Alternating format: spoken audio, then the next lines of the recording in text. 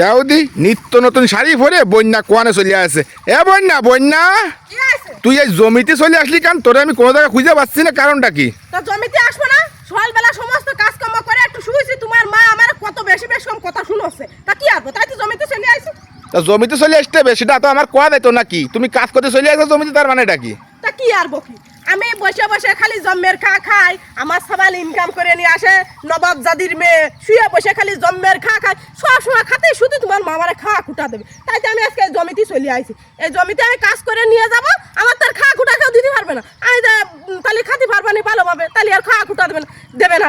আমি বাড়ি যাবো না। তুমি যদি এরকম আমার জমিতে সেরকম কাজ কাম করো তাহলে কি আমার মান সম্মান থাকে? যদি আমার বউ মানুষ কবে না জি বউতি যে গেছে কাজ করতে, তাহলে আমার মান সম্মান থাকে? তুমি বোঝো না এগুলো? তুমি জমিতে আসলি হয়? বুঝতে পারিছি, আমি তো বুঝেছি। তা তোমার মা এটা বোঝে না যে লক্ষ্য কথা আমি জানো বউটারা শুনে, আশেপাশের মানুষই তো শোনে। তাহলে এই কথাটা তাহলে তোমার মার একটু বুঝার দরকার যে আমার বউটা আসতে গেলে আমার বিয়ারে নিয়ে আইছি, তাহলে আমার সবাল রে শুইরা জনে তাহলে বউটারা নিজের মায়ের মতো বানায়নি। তা তোমার মা তো জীবনে কোনোদিন আমার মাইয়ে বানায় নিতে পারলো না। পরই কয় না এক গাছের চাল এক গাছে কোনোদিন লাগে না। আমি ফরেন মেয়ে, তাই তো আমার সমস্ত সবসময় বেশি বেশি কয়। চলো চলো বাড়ি চলো, আমি দেখতেছি কি আছে। তুমি বাড়ি চলো দিয়ে আমি দেখতেছি। বাড়িতে যাবো তা আজকে তোমার আলাদা নিয়ে খাইতে হবে, তাহলে আমি যাবো, তা নাহলে আমি বাড়ি যাবো না। কি কও আলাদা নিয়ে খালি? তাহলে মা বাপ কোয়ানে খাবে? মা বাপ কনে খাবে? তোমার মা আচ্ছা তুমি তো অত মা বাপের দরদ বুঝতে চাও, তাই না? তা আমার বাপ যে তোমার হাতে তুলে দিয়েছে, তাই না? তা আমার দায়িত্বটাও তো তোমার, আমার দায়িত্ব তোমার নিতে হবে না? তা তো।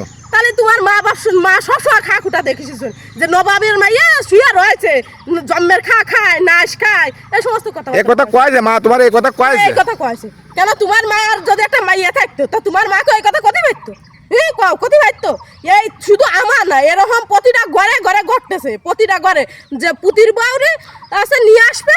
পুতির বউ যদি সাবালের কথা শুনে শুনে যদি চলে তা কবে কয় আমার সাবাল রে কি করেছে, কান পড়া দিয়ে দেছে। কিন্তু নিজে যে একটু মাইয়া বোনের যে রাখবে তা কোনো সময় রাখতে পারবে না। ও পরের মাইয়া, ওর খালি কোয়ানে দোষ পাওয়া যায়, খুঁটি নুটি দোষ পাওয়া যায়, সেই কাজটাই কর। তা চলো বাড়ি চলো।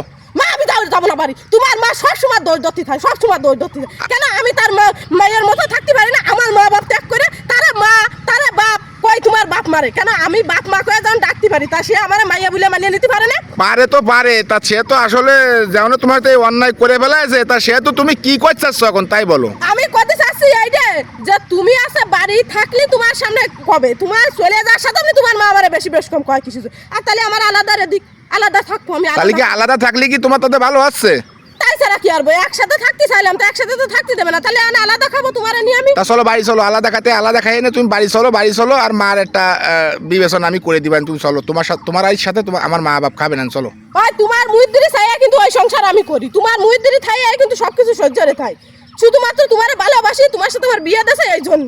তার নেও চলো, তোমারও আলাদা খাওয়াবানি মা বাপরেও আলাদা খাওয়াবানি, যেটা ইনকাম করি সেইটাই বাকযোগ করে খালি হয়ে গেল। চলো, আর দুই ঠোঁট তো এক হচ্ছে না কারোর তালি। না দুইটা এক হচ্ছে না, ওইটাই তুমি ওইটাই করে দিবা, তাহলে আমি আজকে বাড়ি যাবো। তা চলো আমি সেটাই করে দিবানি। ওটা যদি না করে আমার কথা আছে এই প্রতিটা ঘরে ঘরে যদি পুতির বরে নিজের মাইয়া মনে করে নিয়ে আইতো তাহলে সব সংসারে শান্তি আর শান্তি হইতো। তা তো ওই তো, এটা তো আসলে কেউ মনে করতেছে না বলে তো এত বড় অশান্তি আসছে সব এত সংসারে। বড় অশান্তি আসছে। তো চলো যেটা ভালো করলি সেটা ভালো করবানি, চলো আসো তুমি আজকে ফয়সালা করবা। করবানি চলো।